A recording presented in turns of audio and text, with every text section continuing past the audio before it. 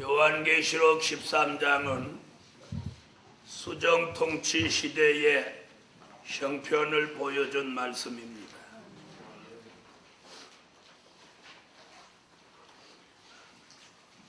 (13장 1절) 내가 보니 바다에서 한 짐승이 나오는데 뿔이 10이요 머리가 7이라. 그 뿔에는 10 면류관이 있고 그 머리들에는 참남된 이름들이 있더라.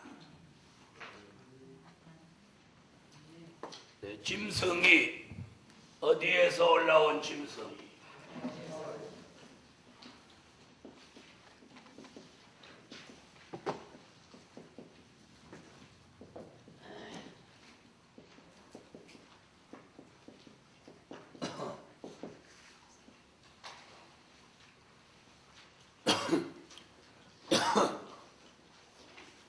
요한계시록 13장엔 바다에서 올라온 짐승과 땅에서 올라온 짐승, 이렇게 두 가지로 구분할 수 있습니다. 바다에서 올라온 짐승은 요한계시록 13장 1절을 말함이고, 땅에서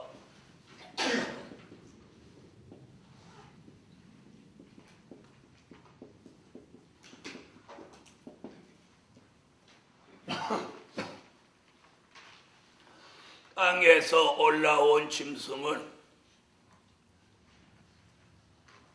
바다에서 올라온 짐승과 다른 11절의 짐승입니다.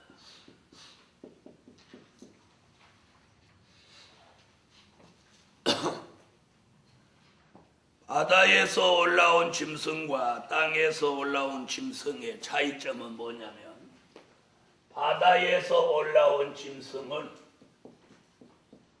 무신론, 공산주의입니다. 물.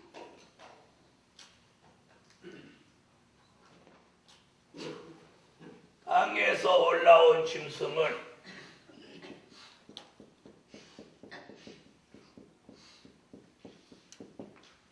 거짓 선지자입니다.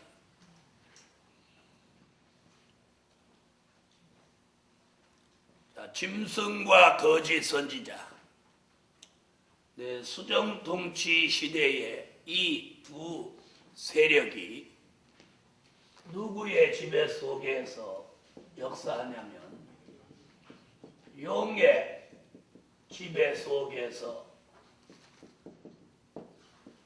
수정통치 시대를 지배해 갑니다. 용은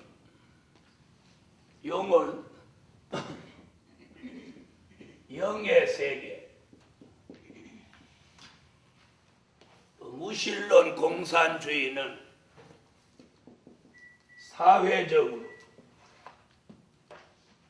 정치적으로,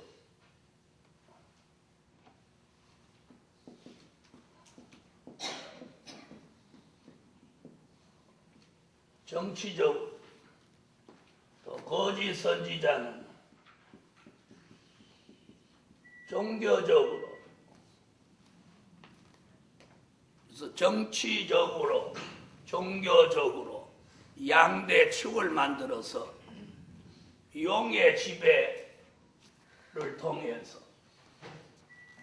수정통치 짐승시대 후 3년 반을 지배해 나간다는 것입니다.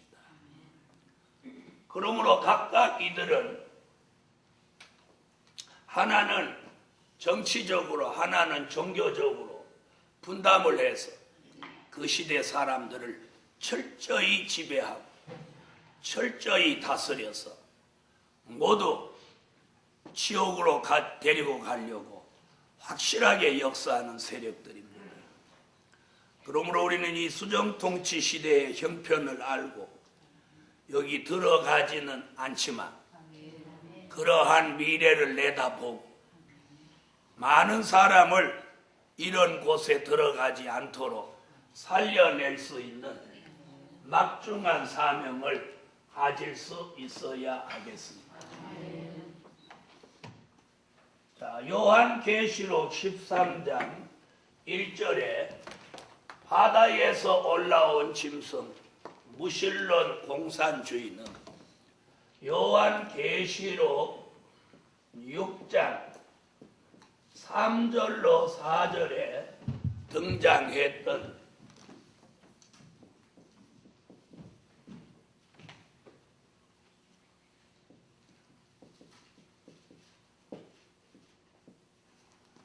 붉은 말 세력인 것입니다. 요한계시록 6장 3절로 4절.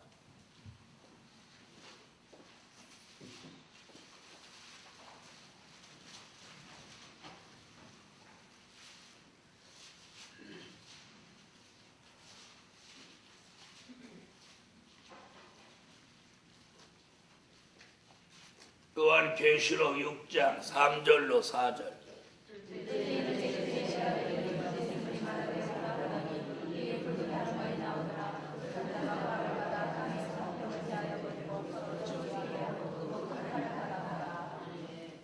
아멘. 자, 요한계시록 13장 땅에서 바다에서 올라온 짐승은 무신론 공산주의로 정치적인 지배권을 가진 이 짐승은 계시록 6장 3절로 4절에 등장한 누구? 네? 붉은 말 세력입니다. 이 6장 3절로 4절에 등장한 이 붉은 말은 요한계시록 8장 7절에 지구 땅 3분의 1을 공산화시켰던 세력이 지구 땅 3분의 1을 공산화시켰던 세력. 요한계시록 8장 7절.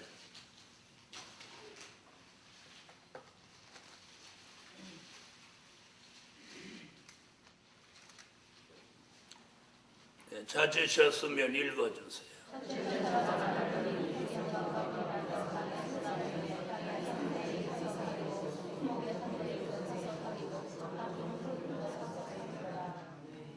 아멘.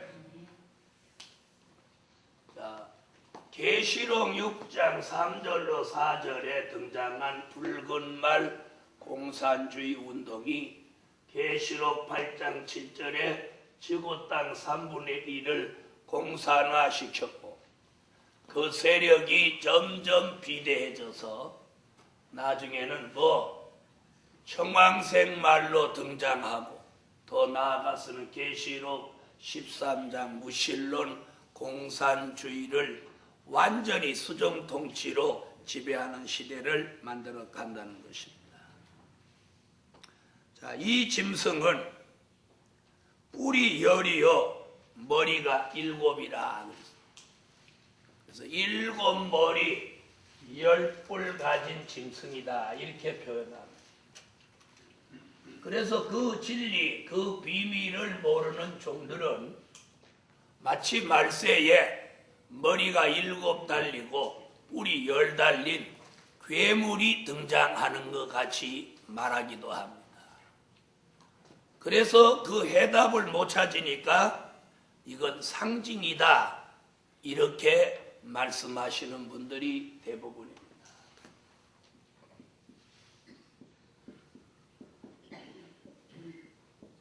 자, 7머리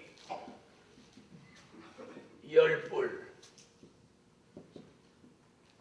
이는 상징도 아니고 또 영적인 것도 아니고 그렇다고 머리가 7, 뿔이 10 달린 괴물의 등장도 아닙니다. 여기서 머리가 7이라고 하는 뜻은 어떤 뜻을 가지고 있느냐면 하나님을 대적하고 나오는 대표적인 나라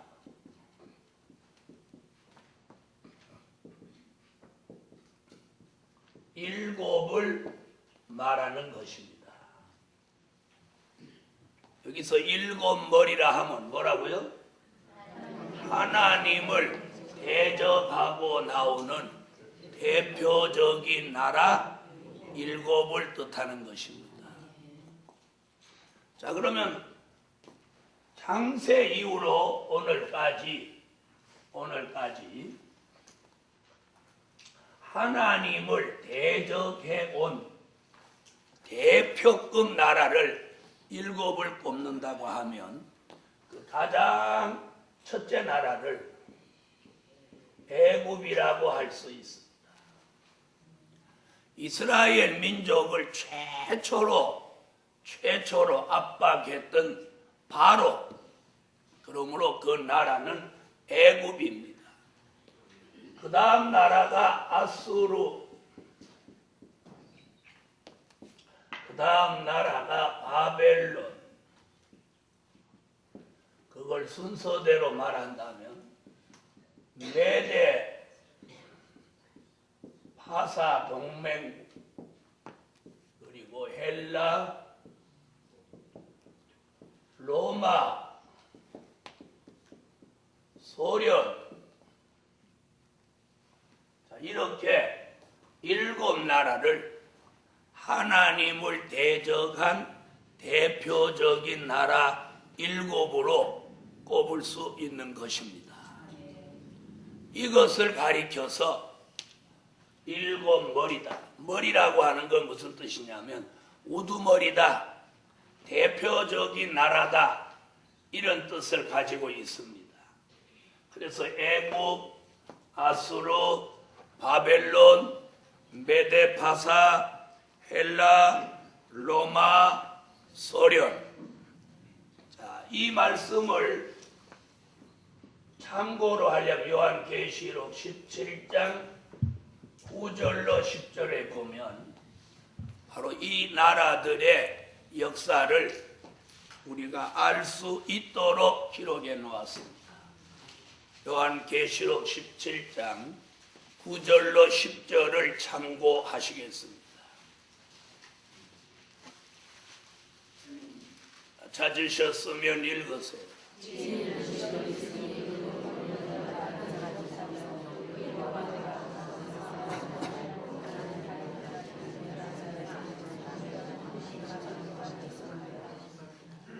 자, 일곱 머리를 일곱 나라로 보는 이유가 여기 있습니다. 여기 보면 여자가 본 일곱 머리는 여자가 앉은 일곱 산이요, 또요 일곱 왕이라. 일곱 왕이 있으니 일곱 나라를 말한 거죠. 나라가 있어야 왕이 있고, 왕이 있는 건 나라를 상징하니까, 그래서 일곱 머리. 그 중에 다섯은 망하였고 하나는 있고 하나는 아직 이르지 아니했는데 이르면 반드시 잠깐 동안 계속된다. 자, 사도 요한이 요한계시록을 기록할 당시 그 시대가 로마 시대입니다.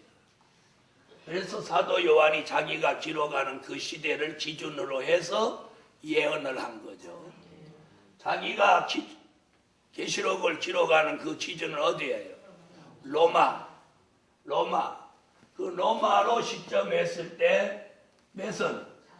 다섯은 망했고, 애굽, 아수르, 바벨론, 메데파사, 헬라 다섯 나라는 망했고, 자기가 계시록을 기록하는 그 시점에 하나는 로마, 하나는 있고 하나는 아직 이르지 아니했으니 이르면 반드시 잠깐 동안 계속된다.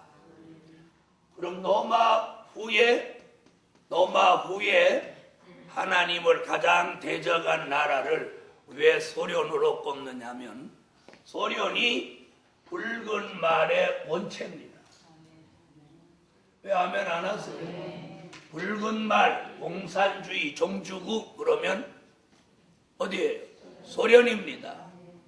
그러면서 지구 땅 3분의 1을 공산화시키기 위해서 1917년 10월 혁명을 일으킨 장본인이 이 나라입니다.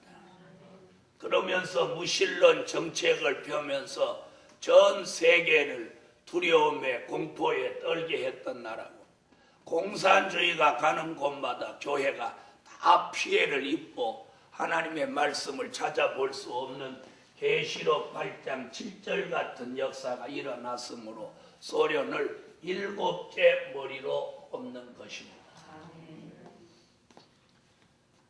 자, 이 말씀은 17장에 가서 구체적으로 말씀을 드리기로 하고, 오늘 계시록 13장 1절에 어디서 올라온? 바다에서 올라온 짐승은 무신론주의, 공산주의가 지배하는 역사를 말했습니다. 자, 그러므로 거기에 말한 7머리, 즉 이 바다에서 올라온 짐승의 정체를 말하는 것. 7머리가 있는데 이는 애굽, 아수르, 바벨론, 메데파사, 헬라, 로마, 소련이다. 그 다음에 그 7머리에 10뿔이 나와 있는 건 10개 나라가 앞으로 이 마지막 때에 나온다는 겁니다. 10개 나라. 이는 요한계시록 17장 12절로 13절을 통해서 이 10뿔을 내다볼 수 있겠습니다. 또한 계시록 17장 12절로 13절 찾으셨으면 읽어보세요.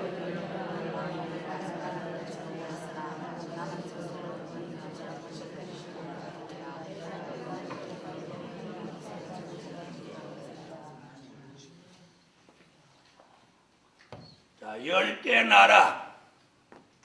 자, 앞으로 10나라가 등장한다는 겁니다.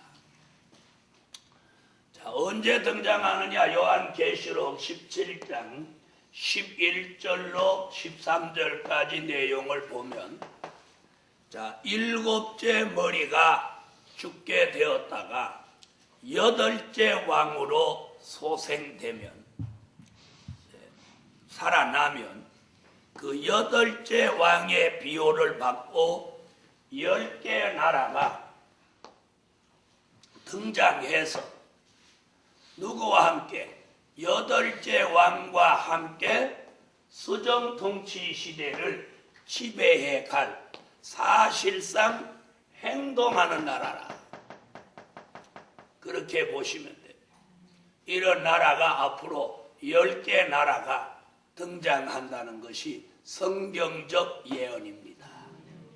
아멘. 자, 이 또한 계시록 17장에 가서 구체적으로 설명을 드리기로 하고, 자, 그 다음 다시 본문으로 와서 13장 1절에 보니까 그 뿔에는 10면류관이 있고, 10면류관이 있고, 자, 이 10면류관이 있다고 하는 걸 이 10개 나라로 인해서 승리의 기세를 보이고 나간다, 이런 뜻입니다. 또 그 머리들에는 참남된 이름들이 있더라고 하는 것은 이는 하나님을 대적하는 나라라는 표를 해놔둔 겁니다. 그 다음 2절.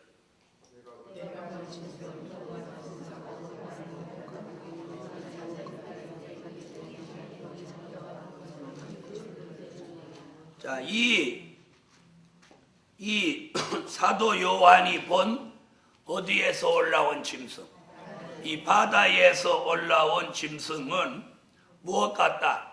표범과 비슷하고, 그러니까 뭐는 아니야? 네, 표범은 아니야. 그럼 표범과 비슷하다. 그럼 표범은 색깔을 볼 때 이중적인 색깔이란 말이에요. 그래서 이는 이중적이고 간교하다. 그래서 공산주의는 이중적이고 간교하죠. 자, 그 다음 그 발은 곰의 발 같다 그랬어요. 곰의 발 같다. 곰은 발로 무엇이든지 약탈을 하고 또 공격하는 무기로도 씁니다. 그래서 이는 약탈하려는 행동을 말한 것입니다. 그래서 공산주의는 어디 가든지 약탈을 하죠. 또 그의 입은, 그 입은 사자의 입 같은데 그랬습니다. 그러니까 뭐는 아니고 사자는 아니라는 거예요. 사자의 입 같은데 이는 무자비함을 뜻합니다.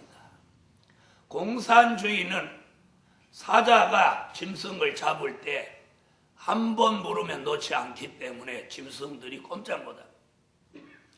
자, 자기 몸무게의 3배를 물고 갈 수 있을 만큼 그렇게 짐승 중에서 아구심이 제일 시다고 그래요. 이는 무자비함을 나타냈어.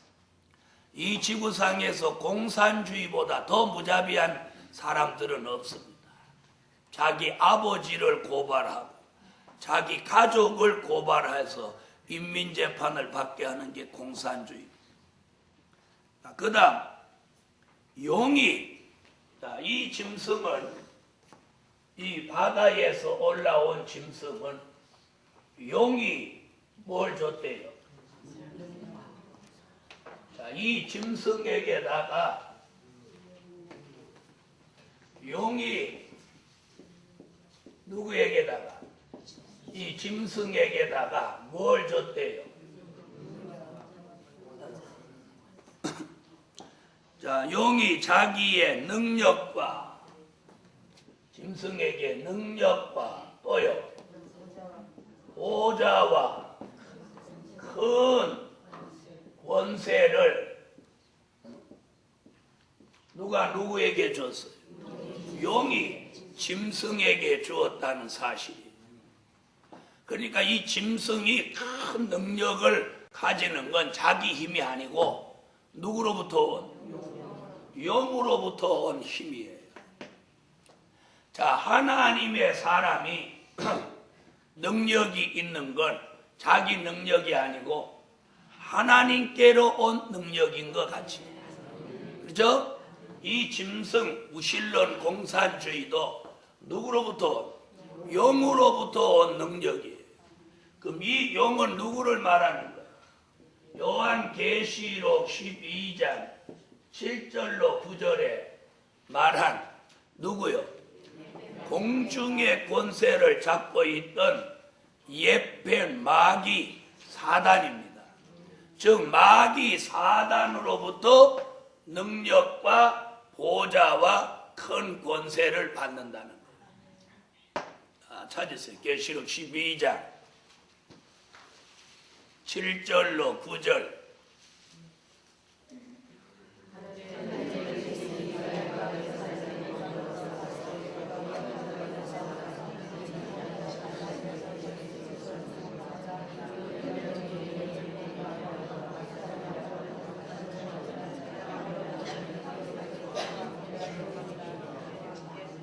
자, 이게 뭐예요? 용의 정체예요. 용의 정체. 용이 예뱀 마귀 사단인데 이 마귀가 짐승에게 세 가지 큰 역사를 주었으니 그 하나가 능력입니다. 이게 어떤 능력이냐? 이 능력은 요한계시록 13장 13절에 나타내는 능력입니다.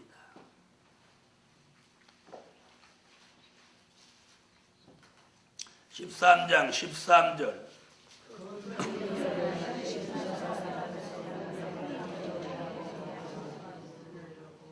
자, 무슨 능력을 주었어요? 하늘로 불을 끌어내릴 수 있는 능력을 이 짐승에게 준 거예요. 짐승에게. 자, 그뿐 아니고 짐승에게 뭘 줬어요?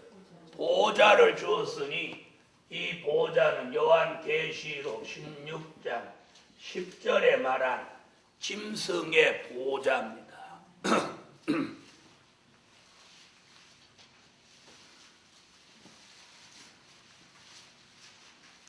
16장 10절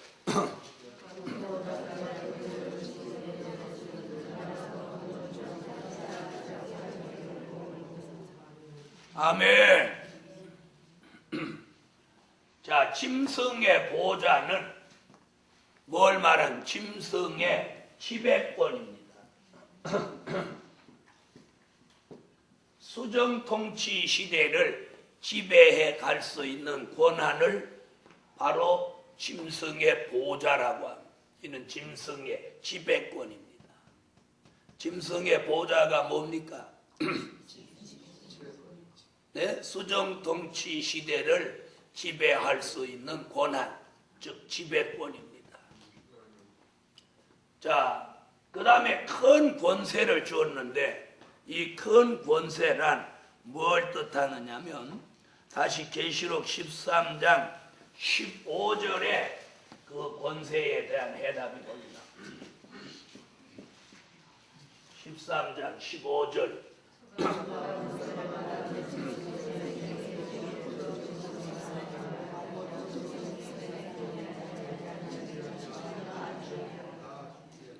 자, 뭐라고 그래요?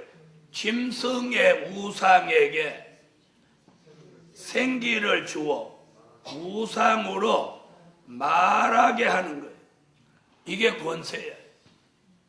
하늘로 불을 끌어내리는 능력, 수정통치를 다스릴 수 있는 지배권, 우상에게 생기를 주어 말하게 할 수 있는 권세. 이 세 가지를 짐승이 누구로부터?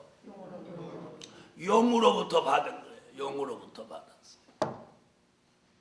자, 이걸 가지고 수정통치 시대를 지배하는 겁니다. 그러니까 이 짐승도 큰 역사를 가지는 거예요. 자, 이런 짐승은 결국 이런 능력과 보좌와 큰 권세를 용으로부터 받았으니 짐승은 사실상 용의 하수인에 불과합니다. 그러므로 이 짐승은 누구의 지배를 받아요? 용의 지배를 짐승은 받고 수정통치 시대 사람은 짐승의 지배를 받는 겁니다. 그러니 짐승의 지배를 받는다는 사실은 곧 용의 지배를 받는다는 사실이니 구원받을 수 없다는 겁니다. 네, 구원받을 수 없는 거예요. 그래서 무신론주의 짐승의 지배와 하나님의 대적 마귀 사단의 지배를 함께 받으니 수정통치 시대 사람들은 구원받을 수 없다는 거예요. 자, 그 다음 다시 본문으로 3절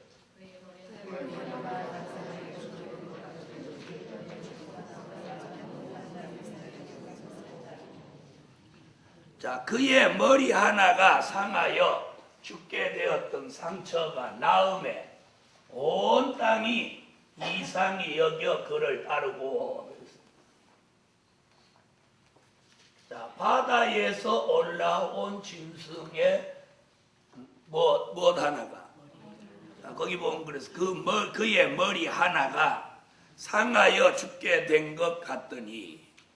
자, 그러면 아까 17장을 읽어보니까 요한계시록을 기록할 당시 다섯은 이미 망했어요. 망했죠? 그러니까 더 이상 머리가 상하고 자시고 할 것도 없어. 이미 망했으니까. 그렇죠? 그 다음에 머리는 그 당시는 현재 존재하고 있었지만 요한계시록이 이루어지는 때는 로마도 이미 사라졌어요. 그럼 제일 마지막 남은 머리를 어디로 보아요? 네, 소련으로 보아요. 자, 그럼 이 소련이 몇 번째 머리? 7번째 머리가, 이 머리가 상하여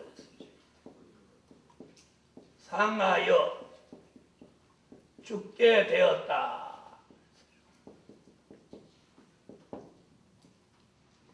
죽게 되었다. 자, 이 해답을 보시겠습니다. 자, 이는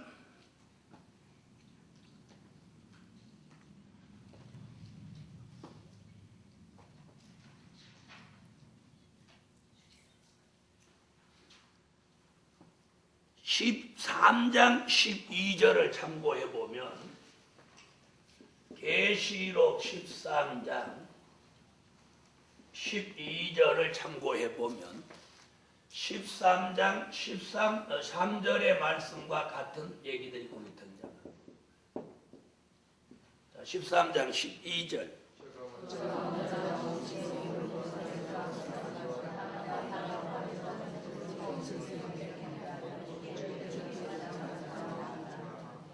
처음 짐승에게 경배하게 하니, 처음 짐승은 누구요? 어디 바다에서 올라온 짐승 얘기죠? 자, 곧 죽게 되었던 상처가 나은 자니라. 그러면 13장 몇 절 얘기를 13장 12절에서 하고 있는 거예요? 3절 얘기죠? 자, 머리 하나가 상하여 죽게 된 것 같더니 그 죽게 되었던 상처가 나음에. 자, 그럼 죽게 되었다. 이건 누가 죽게 된 거냐? 이 해답을 어디서 찾느냐 하면 요한계시록 17장에서 찾습니다. 요한계시록 17장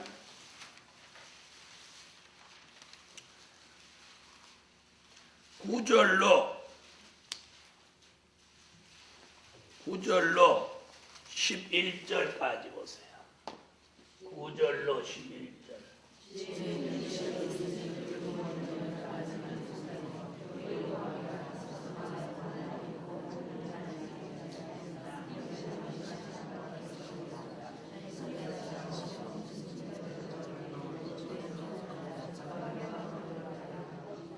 자, 9절부터 11절까지 내용을 설명하면 이렇게 나왔어요. 뭐라고 그랬느냐면, 5은 망했고 하나는 있고 하나는 아직 이르지 아니했는데 반드시 잠깐 동안 계속하리라.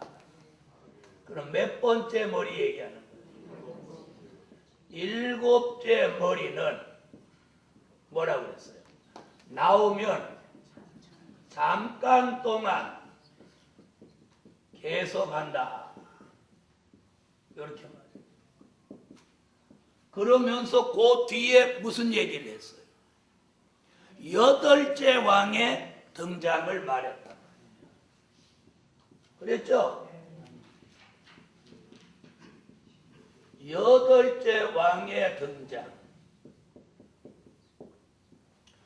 자, 8째 왕의 등장은 곧 몇째 머리의 폐망. 그렇죠. 8째 왕의 등장은 곧 7째 머리의 등장을 예고한 겁니다. 자, 그러면 소련은 사실상 1917년 10월에 등장해서 1991년에 마감을 했습니다. 그렇죠? 그러면 이 소련의 수명은 몇 년? 74년입니다. 74년. 그 74년을 계시록에서는 뭐라고 했어요? 잠깐 동안 계속한다. 7째 머리는 아직 등장하지 않았는데 나오면 잠깐 동안 계속한다. 아멘. 그 말씀대로 1917년 10월 혁명으로 자리를 잡은 소련은 러시아 왕조를 무너뜨리고 노동자와 농민이 힘을 합해서 봉기해서 공산주의 국가를 세웠으니 그것이 이름하여 소련이며, 성경은 그 나라를 일곱째 머리라고 지적해 놓았습니다. 아멘. 이 소련은 1991년 고르바초프가 제주도를 다녀가면서 돌아가서 소련 깃발을 내렸습니다. 자, 그러면서 소련의 수명은 74년을 다했으니 성경의 예언대로 잠깐 동안 계속한다. 또 이게 그 머리 하나가 상하여 죽게 된다. 자, 이는 곧 어디의 패망? 소련의 패망을 예언해 놓은 겁니다. 아무도 소련이 패망할 것을 예상한 사람이 없었지만 선지자와 사도 요한은 소련의 패망을 예언했습니다. 자, 그럼 선지자의 소련 패망 예언은 이사야 14장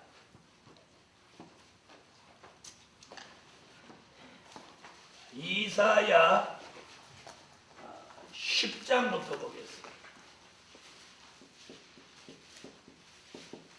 이사야 10장 5절.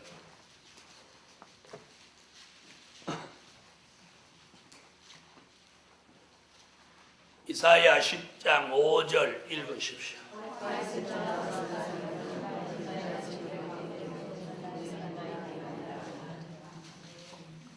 자, 뭐라고 그랬어요? 자, 북방의 아수르는 나의 몽둥이요 또 막대기다, 이렇게 말했어요. 네? 하나님의 진노의 막대기요 악의 몽둥이다.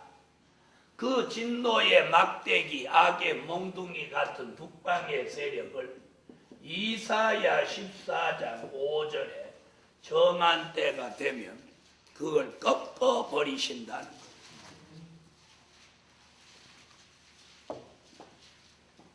자, 읽으십시오.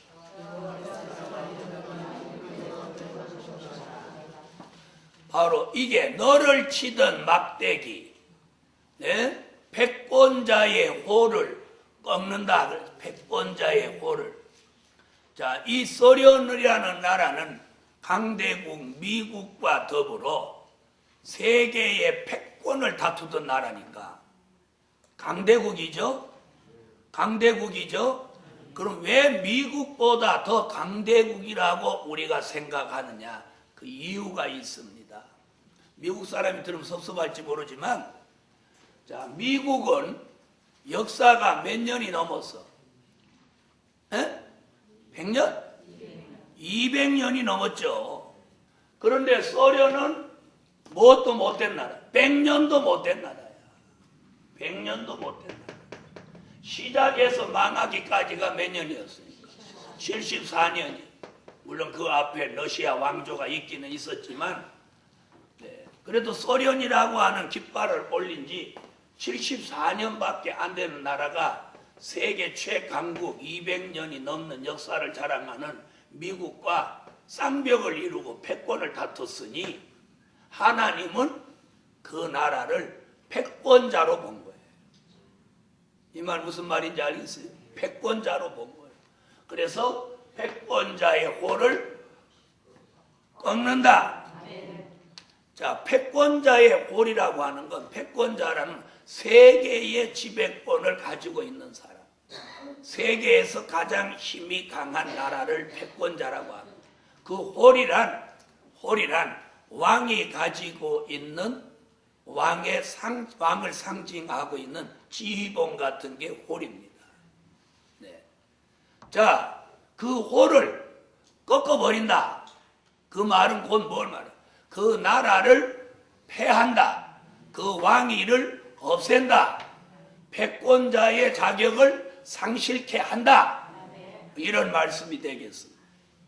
자, 이래서 소련은 이사야 몇 장의 근거에 14장 5절의 예언대로 패권자의 홀을 꺾으면서 계시록 13장 3절의 말씀대로라면 머리 하나가 상하여 죽게 되었고, 아멘.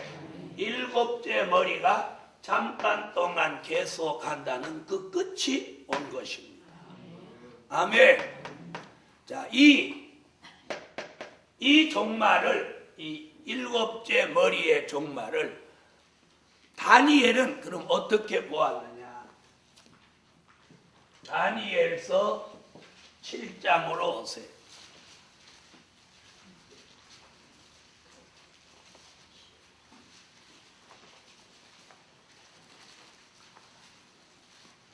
자, 다니엘서 7장 1절로 8절에 4대 강국이 나옵니다. 네 짐승 얘기가 나오는데 여기서 나오는 네 짐승은 미, 영, 불, 소 4대 강국을 말합니다.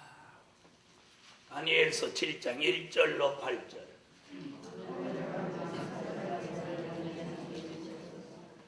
자,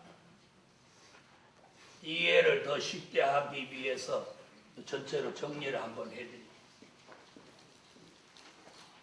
자, 요한계시록 13장 3절과 계시록 13장 12절에서는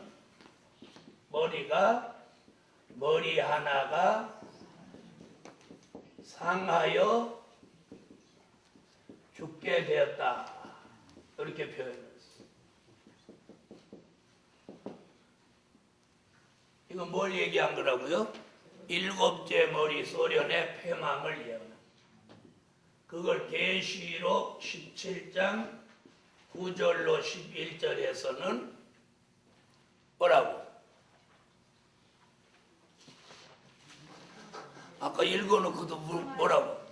에? 죽게 되었던 상처 얘기는 여기서 나왔죠. 뭐라고 그랬어요? 잠깐 동안 일곱째 머리가 등장하면 잠깐 동안 계속하리라. 정리를 좀 해보겠습니다. 자, 이는 뭘 뜻한 거예요? 1917년 10월에 등장한 소련이 1991년에 수명을 다하니 74년을 소련이라는 나라가 건재했다. 자, 그 다음에 이사야는 뭐라고 그러죠? 이사야 10장 5절에 너를 치던 막대기가 진노의 막대기, 분한의 몽둥이 같이 쓰여졌지만 이사야 14장 5절 같이 패권자의 호를 꺾는다. 그래서 꺾이는 거예요. 꺾는다. 꺾는다. 꺾인 거예요. 꺾는다. 호를 꺾는다. 자, 그 다음에 조금 전에 어디 읽었어요? 다니엘서 7장 1절로 8절에 보니까 제일 마지막에 등장하는 몇 번째? 미영불소 네 짐승 중 네 번째 등장하는 짐승은 뭐라고 그랬어요? 무섭고 사나우며 그랬습니다. 사나우며. 그런 짐승이지만 다니엘서 7장 11절로 12절에 그 짐승이 망하게 됩니다. 다니엘서 7장 11절로 12절.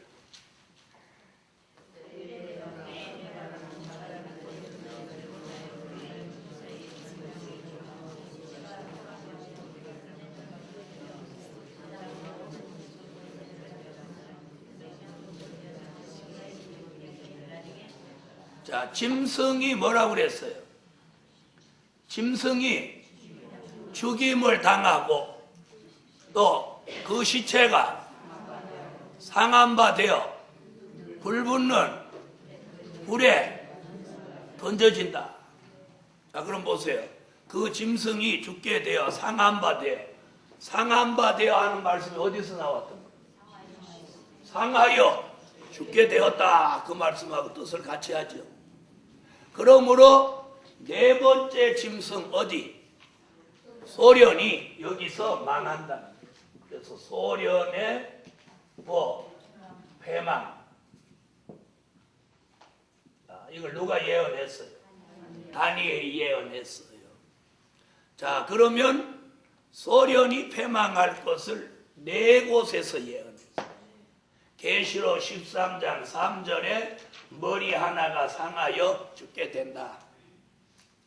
또 그거는 17장 9절로 11절에 일곱째 머리가 등장하면 잠깐 동안 계속한다. 아멘. 그럼 소련에 뭐가 있다는 거예요? 시한부다. 일정한 기간 내만 존재한다. 그걸 이사야는 백권자의 홀이 꺾인다. 또 다니엘은 그가 죽어서 상한 바 되어 불붙는 불에 던진 바 된다. 자, 이상과 같이 소련의 패망을 예언했어요. 그러면서 한편으로 뭘 예언했느냐면 다시 그 나라의 회생을 예언했어요. 자, 그래서 상하여 죽게 되었던 상처가 나음에 온 땅이 이상히 여겨 그를 따른다. 이건 뭐예요? 새로운 나라의 회생. 새로운 나라의 회생 혹은 등장 이렇게 말합니다. 그러나 그의 근본은 어디예요? 소련 본체죠. 그 해답이 어디서 나오냐? 계시록 17장 9절로 11절을 보면, 자, 11절, 계시록 17장 11절. 계시록 17장 11절을 보면, 자, 여덟째 왕의 등장입니다. 자, 읽으세요.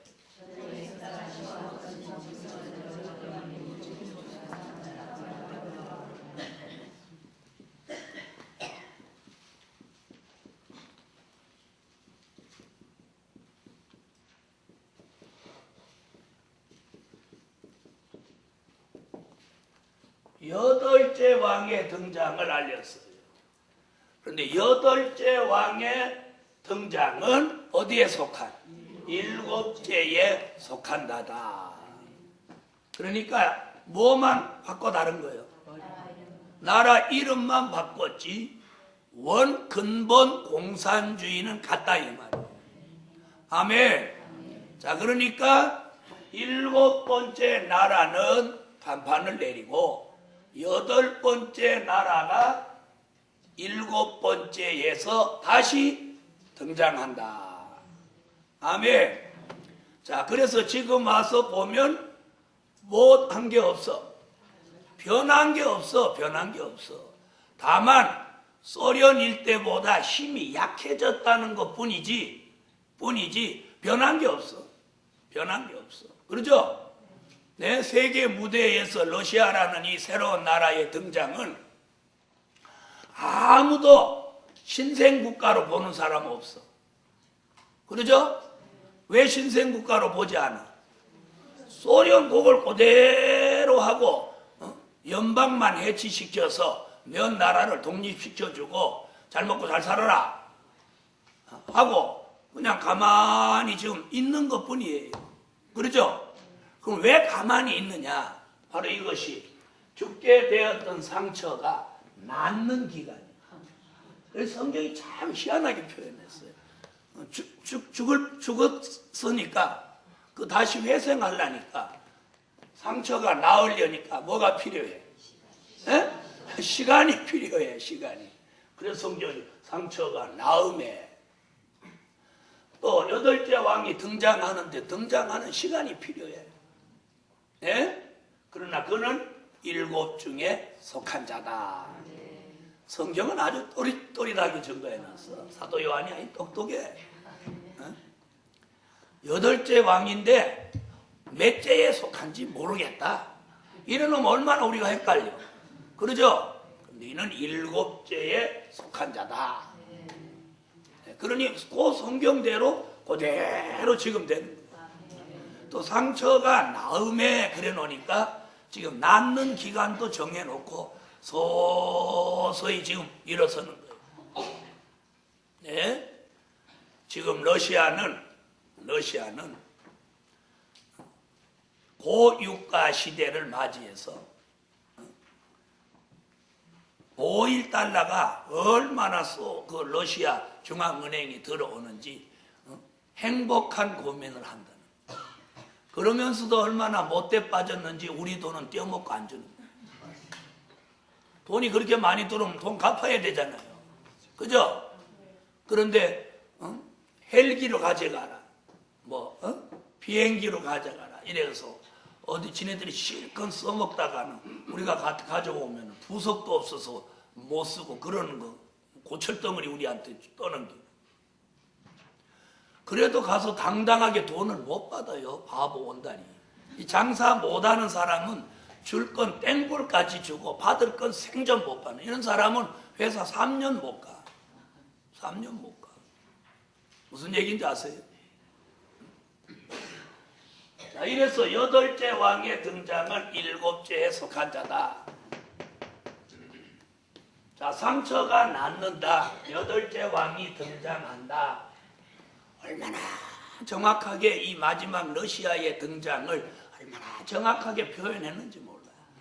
거기다가 러시아, 소련 이렇게 쓰지만 않았을 뿐이지. 그렇죠? 그래서 진리를 알고 비밀을 아는 사람은 다 알만한 사람 아는 거예요.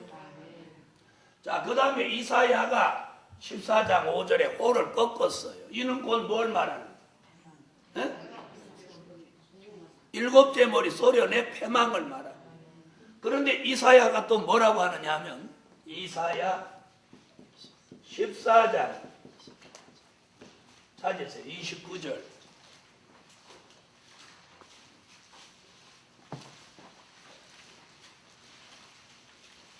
너를 치던 막대기가 부러졌다고 기뻐하지 마라 그러는 거예요. 참 이사야가 자기가 꺾어졌다고 예언해놓고 14장 5절에 꺾어놓고 이어서 29절에 가서 곧바로 예언하는 거예요. 그럼 왜 꺾이자마자 그런 예언을 하느냐? 꺾이자마자 곧 등장한다는 거예요.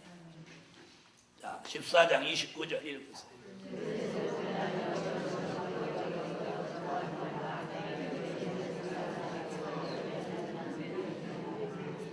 자, 뭐래요? 너를 치던 막대기가 부러졌다고 기뻐하지 마라. 네, 소련이 패망하면서 세계가 기뻐했죠. 세계가 기뻐했죠. 마치 공산주의 국가, 공산주의라는 존재가 이 지구상에서 사라지는 것 같이 사람들이 기뻐했어요. 네, 그 당시 서울의 어떤 다방에서는 그날은 손님들한테 커피를 전부 공짜로 줬대요. 그 사장도 대단한 사람이에요. 아마 그 사장 아마 틀림없이 이북 사람일 거예요. 에? 공산당이라면 치를 떨던 사람이니까 소련이 망한다, 국기 내렸다고 하니까 막, 야, 오늘 커피 공짜로 줘. 네? 기뻐했다. 그러나 뭐라 그래요? 기뻐하지 마라. 그 뭐가 남아서? 뿌리가 남았다. 그 뭐요? 공산주의의 근본이 남았다. 남아서 그 뿌리로부터 더 독한 독사와 불뱀이 등장한다. 독사와 불뱀의 등장. 자, 그러면 이사야는 8째 왕 러시아의 등장을 뭐라고 표현했어요? 독사다. 불뱀이다. 소련은 막대기다. 몽둥이다. 그랬는데 막대기와 몽둥이, 독사와 불뱀 뭐가 더 독해요? 중요한 건 막대기나 몽둥이로도 어디를 맞느냐에 따라서 죽을 수도 있지만 독사나 불뱀 한 번만 물리면 죽는 거예요. 그럼 이거 뭘 의미하는 거예요? 더 악랄한, 더 독한 공산주의의 등장을 예언했으니 마치 러시아 대통령 푸틴이라는 사람 얼굴을 이렇게 보면 독사 같은 느낌이 든단 말이에요. 저는 그렇게 보이더라고요. 독사 머리가 이렇게 삼각형이거든요. 가오리 형 같은데. 독사 머리는 이 뱀이 독을 지닌 뱀은 머리가 삼각형입니다. 네. 그리고 아프리카 지역에 있는 방울뱀이나 이런 걸 빼놓고 색깔 있는 뱀은 우리가 사실은 색깔 있는 뱀에 놀래지만 색깔 있는 뱀은 독이 없습니다. 네, 독이 없어요. 그냥 아무 색깔이 없이 그냥 흑 색깔을 띤 거나 이런 뱀이 독이 있는 뱀이에요. 그리고 이런데 그냥 사람 보면 번개같이 도망가는 거, 이런 뱀은 그건 독 없는 겁니다. 독이 없으니까 꽁지가 빠지도 도망가는 거예요. 독이 있는 뱀은 절대 도망가지 않습니다. 그 자리 똥아리를 딱 들고 고개를 딱 이렇게 하고 덤벼라면 덤벼 이럽니다. 사람도 독한 사람은 안 도망갑니다. 그러죠? 죽어도 해보지. 그러나 아무리 덩치가 크고 힘이 있어도 독하지 않은 사람은 무슨 일이 있으면 그냥 내뺍니다. 여러분은 어느 쪽이요? 독사 얘기하다 이런 말 해서 죄송합니다. 여러분은 어느 쪽이요? 도망가는 쪽이요? 해볼 테면 해봐 쪽이요? 도망가는 거 한 번도 못 봤는데 기도하다가 도망가는 건 봐서 기도하시다가 이렇게 졸아요. 졸는데 제가 뭐 하세요? 기도 안 하시고 그래요. 저한테 뭐 하세요? 이 소리 3번 들으면 내가 여기 가서 딱 앉자마자 멀뚱이가 어디로 도망가시는 거예요? 에?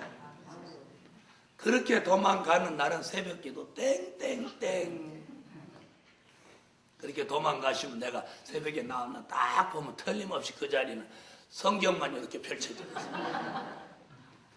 또 그렇게 가시는 분은 꼭 성경을 열어놓고 가시더라고요. 금방 화장실 갔다 오실 것 같이. 자, 그러면서 독사와 불뱀 같은 공산주의의 등장을 예언했습니다. 자, 그런데 독사와 불뱀의 등장이 이루어지면 이사야는 또 거듭해서 뭐라고 예언했느냐면 이사야 30장 6절에 독사와 불뱀이 나오는 그런 나라로 많은 사람들이 재물을 가지고 찾아간다는 거예요. 그래서 마지막에는 물질이 2곳으로 몰립니다. 어디? 아이고 그런 건 돈이 어디로 몰리는지는 기차게 안 해요.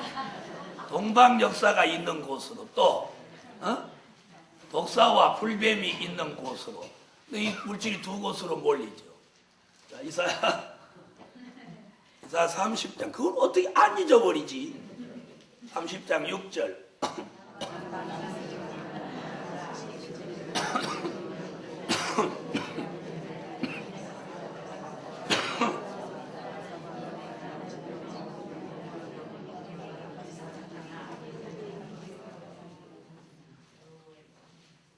자, 독사와 불뱀이 등장하는 나라로 뭘 가지고?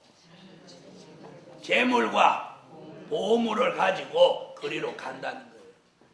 그래서 앞으로 물질이 북방으로 동방으로 물질이 몰립니다. 그러면 어디는 빈털터리가 되는 거예요? 서방, 지금까지는 물질의 근원이 서방이었어요. 그렇죠? 물질의 종주국, 물질의 자본주의의 종주국 이런 나라들이 서방이었어요. 자, 우리나라 사람들이 누가 돈이 제일 많냐? 그러면 옛날에는 네, 이병철 씨 그랬어요. 그래서 그분을 돈병철 이렇게 표현했어요. 네, 근데 지금은 뭐 누구요? 현대그룹 회장, 현대자동차 사장하고 이건희 씨하고 둘이 막 서로 1등, 2등을 막 서로 다투는 거예요. 현대 주식이 올라가면 이쪽이 1등, 삼성 주식이 올라가면 이등이 1등. 그래서 우리가 삼성이나 현대가 돈이 참 많은 것까지 생각하지만 세계에 나가면 순위에도 안 들어가요. 순위에도 안 들어가요. 네. 간판은 삼성 간판, 현대 간판이 막 세 개에 붙어 있어도 순위는 순위에도 못 들어가요. 앞으로 이제 복음 역사가 일어나면 우리가 진짜 애국자입니다. 왜요? 가만히 앉아서 세계에서 헌금이 막 들어옵니다. 막 들어옵니다. 네, 막 들어옵니다. 그럼 우리가 그런 돈을 막 다 못 써가지고 은행에 예치해 놓으면 국가는 그 돈 가지고 막 빌려주고 도리어 우리나라가 차관을 지원하고 막 이제 그러면서 아주 세계 부자 나라 되는 거예요. 그래서 여러분이 자부심과 긍지를 가져요. 지금은 비록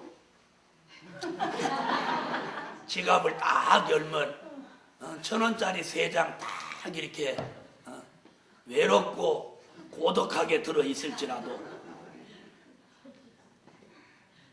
어떤 사람은 3,000원도 안 들어있어. 지금 서울 가는 차비만 달랑이 있어. 그래서 그것도 지금 오늘 저녁에 헌금할까 말까. 헌금하면 서울까지는 교회 버스 타고 가고 전철은 그냥 공짜니까 얹어서 가고. 독사와 불뱀으로 등장하는데 그럼 다니엘은 8째 왕의 등장을 뭐라고 그랬느냐. 다니엘서 7장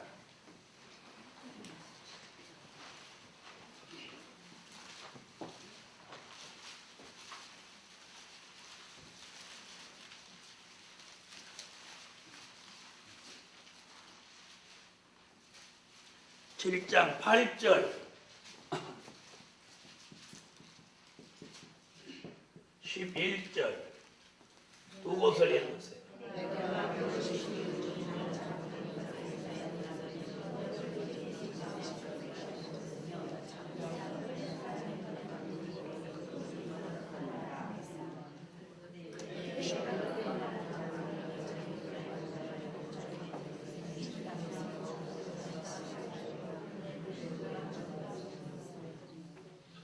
자, 뭐래요? 누가 등장해요? 작은 뿔입니다. 자, 소련이 패망하고 그 다음에 등장하는 나라를 다니엘은 뭐라고? 작은 뿔의 등장이라고. 이 작은 뿔로 인해서 먼저 있었던 새 뿔과 같은 새 나라가 패망하는데 그 새 나라는 미영불소 중에 새 나라입니다. 그러므로 4대 강국은 마지막에 다 패망한다는 게 성경 다니엘의 예언입니다.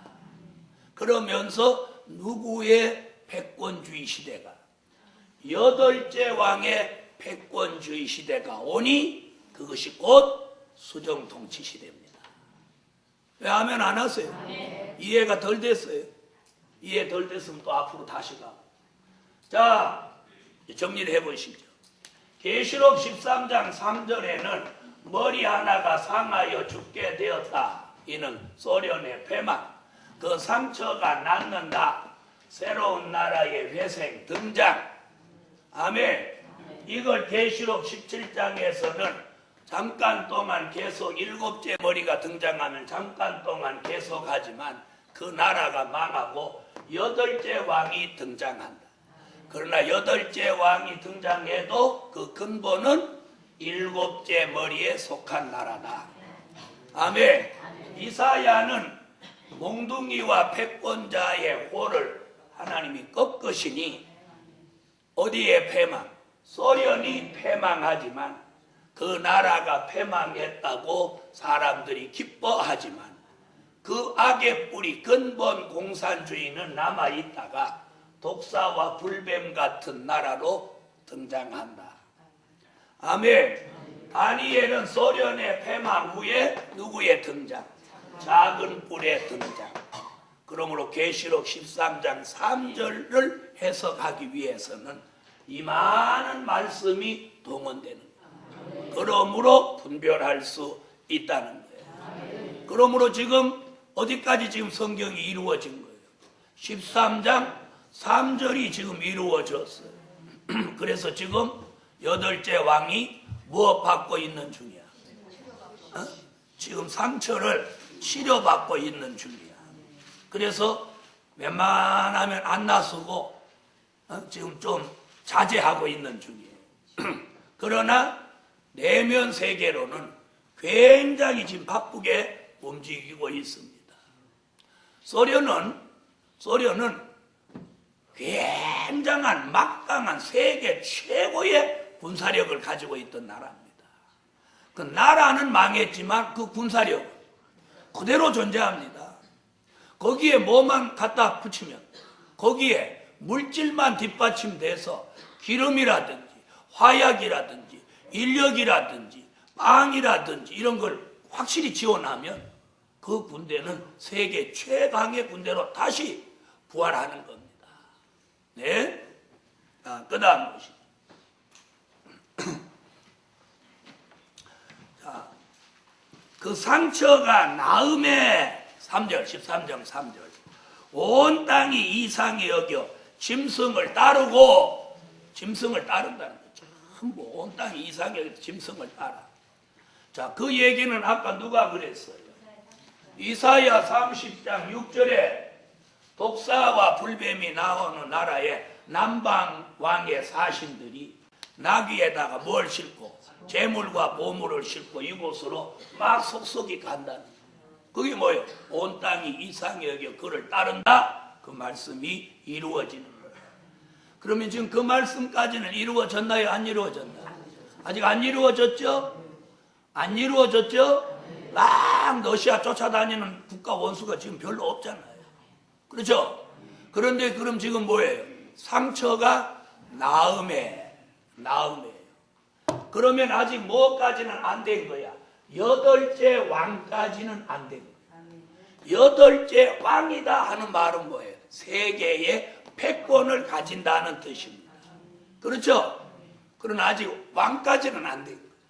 그런데 왕이 되면 세계의 패권을 가지니 많은 나라들이 그 나라를 잘 보이려고 이제 쫓아갈 거란 말이에요. 쫓아갈 때는 그냥 안 가.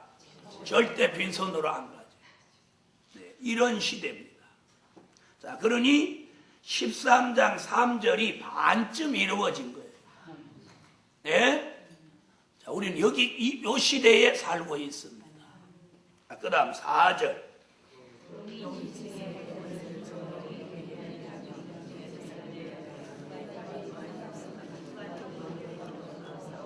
자, 요 설명을 아까 했으니까 이제 좀 지나가면서 자, 뭐라 했어요? 용이 짐승에게 권세를 주므로 권세는 아까 몇 절에서 줬어요? 2절에서 줬죠? 2절에서 준 권세를 4절에 다시 얘기를 하는데 그 권세는 몇 절에 나타났어요?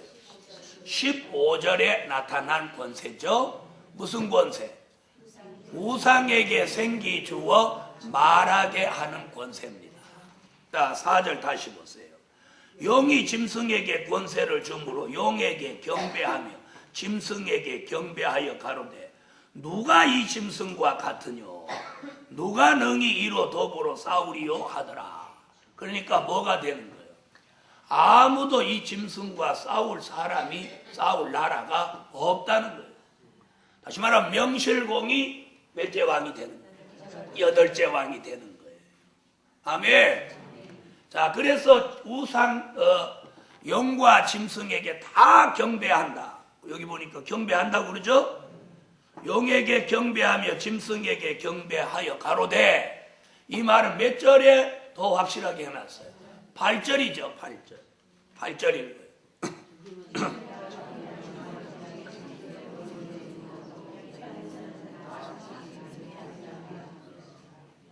자, 뭐라고 그랬어요? 다 경배한다. 경배 안 하는 사람 없어요. 이것이 성경의 예언이에요. 자, 그럼 5절로 넘어가요.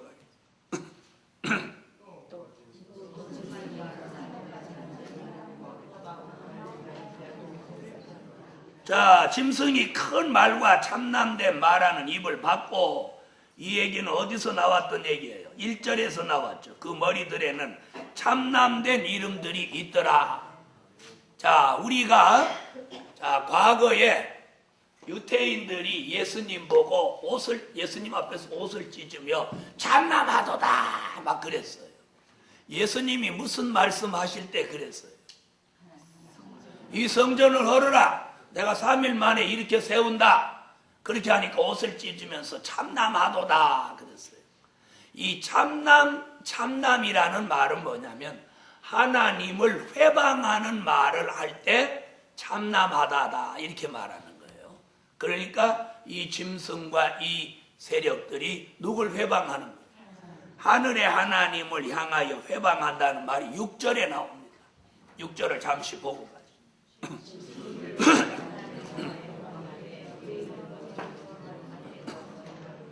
자, 그러므로 5절에 참남된 말하는 입을 받았다는 것은 뭘 말하는 거예요? 하나님을 회방한다는 뜻이죠.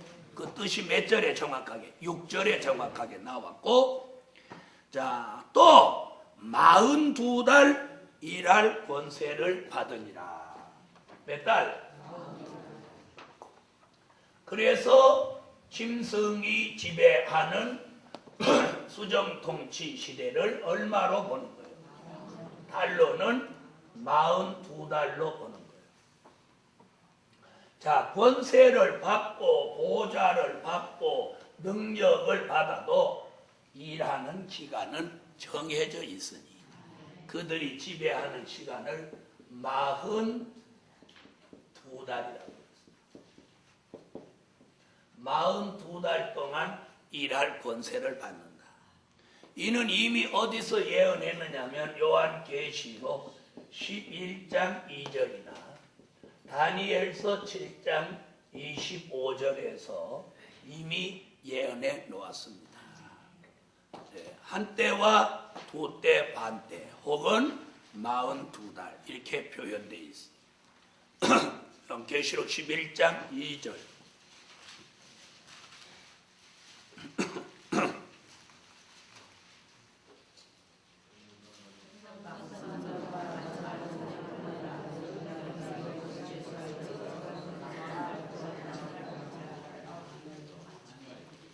자, 몇 달 동안? 그 42달과 여기 42달이 같은 뜻이고, 또 다니엘서 7장 25절에 한때와 두때와 반때가 같은 뜻입니다. 다니엘서 7장 25절.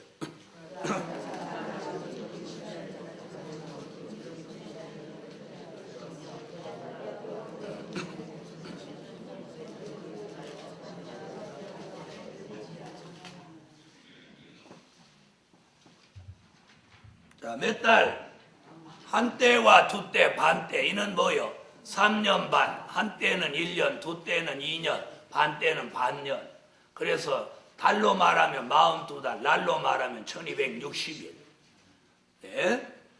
자, 그럼 1260일이라고 하는 걸 어디서 표현했어요? 계시록 12장 6절이죠. 12장.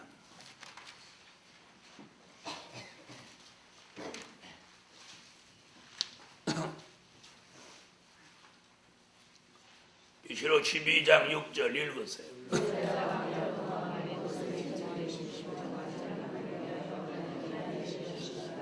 자, 다니엘은 3년 반.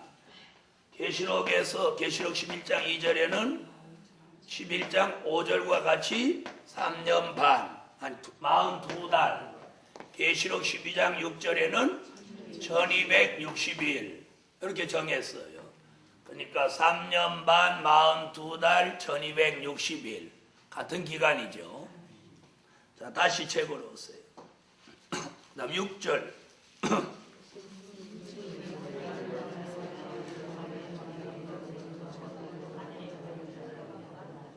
자, 6절에 보니까 하나님도 회방하고 또 하늘의 장막에 거하는 누구? 구원받은 무리들도 회방하는 거예요. 오지랖도 넓지.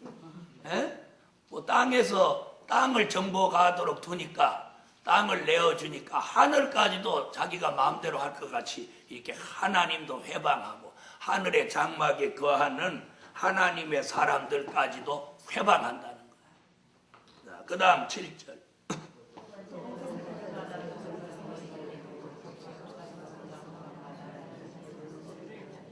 자, 또 권세를 받아 성도들과 싸워 이기게 되고, 이게 지금 문제. 자, 성도들과 싸워 이기게 된다.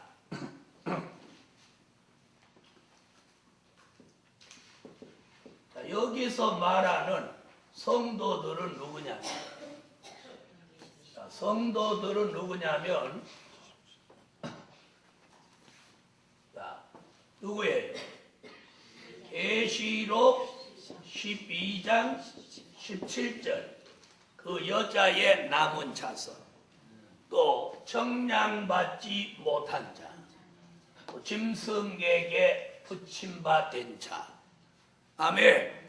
조금 전에도 읽었으니까 요 두 구절을 읽지 말고 요 구절을 읽고, 성경 구절은 요 같이 필요로 하는 구절이에요. 계시록 12장 17절.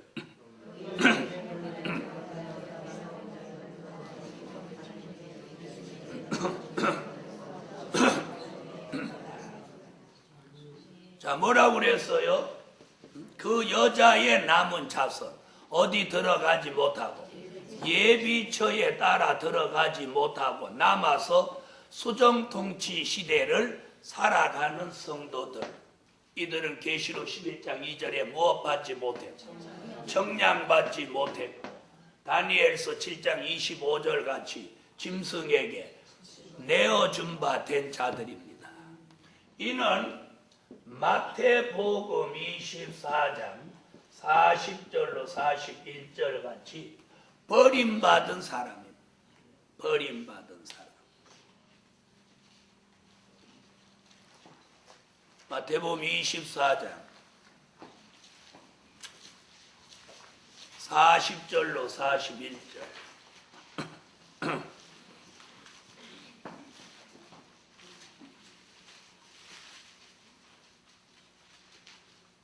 읽으세요.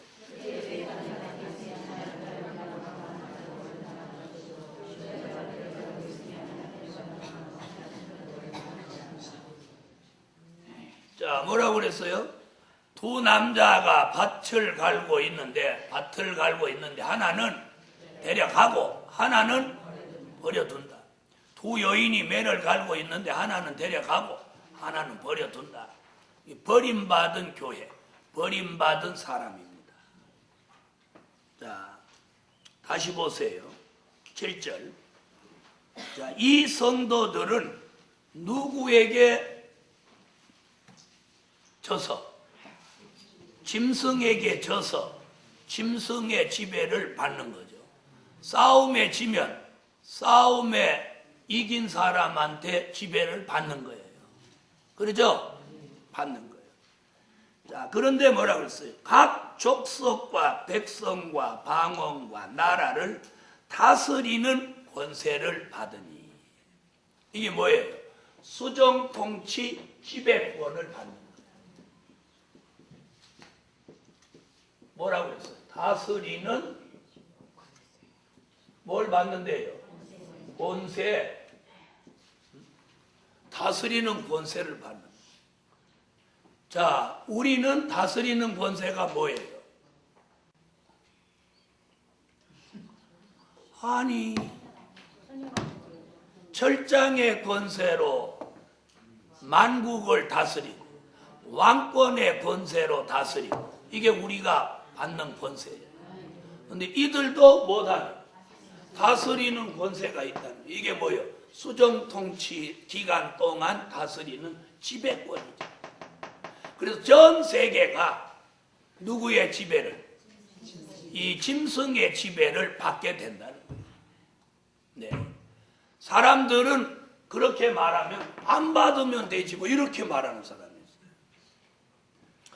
네? 성경에 받는다 그랬는데 안 받으면 되지 이러는 사람 뭐라고 표현해야 돼? 그런 사람. 그런 사람한테 제일 적합한 말이 바보. 이게 제일 표현이에요.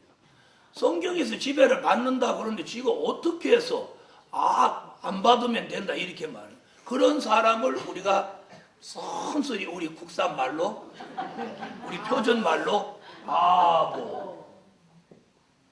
그런 건 빨리 말 바보 이렇게 하는 거 아니에요. 바보 이렇게. 그럼 결국 어디에 바보가 많다는 거예요. 에? 다 똑똑한 척하고 잘난 척하지만 이 시대에 바보가 많다는 거예요. 바보가 많다고 누가 예언했느냐? 이사야가 예언했어요. 이사야 50장 20절로 21절에 보면 분별도 없는 게 지혜롭고 똑똑하다고 하니 그게 바보지 뭡니까? 네, 이사야라는 선지자가 바보라는 용어를 안 썼을 뿐이지. 맞잖아요. 20절 같이 분별도 없으면서 21절에 스스로 지혜롭다 명철하다 하니 바보란 말이에요. 바보도 자기가 바보라는 말은 절대 안 합니다. 자, 여러분, 이 짐승이 수정 통치를 지배하는 다스리는 권세, 지배권을 탁 받아주면 이 얼마나 무서운 겁니까? 그걸 아까 몇째 왕이라고? 8째 왕이라고 표현했어요. 패권자, 지배권을 가진 자, 다스리는 권세가 있다는 거예요. 다스리는 거예요.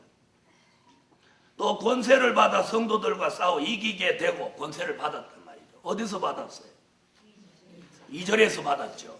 네.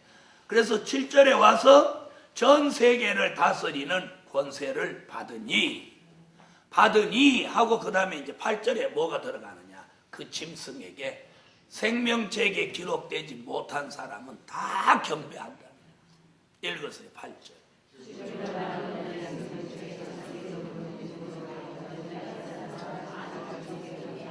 그럼 생명책에 이름이 기록된 사람은 최소한도 어디로 들어가?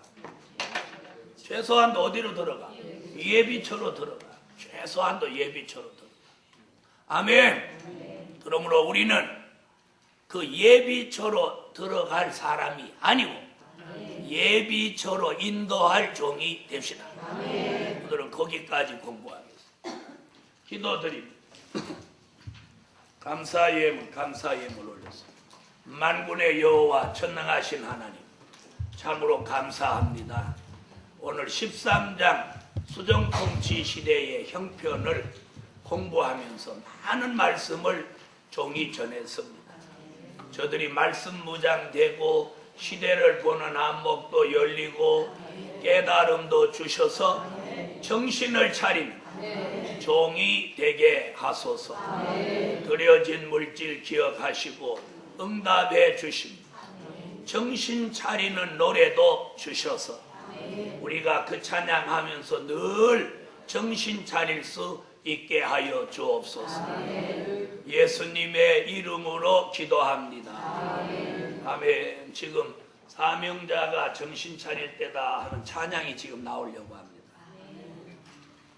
지난주부터 나오려고 하고 이번 주에 지난주부터 나오려고 찬양 나온다 그러는데 안 나오는 거예요. 왜 안 나오는지 여러분이 기도 한번 해보시오. 그래서 여러분이 오늘 여호와 삼창하고 사명자가 정신 차릴 영광의 찬미를 주시라고 모두 한번 기도해 놔주세요. 다같이 여호와 삼창하고 수정통치 시대 다가오니 사명자가 정신 차리게 해달라고 통성으로 한번 기도하고 오늘 식사하러 가시겠습니다. 여호와여, 여호와여.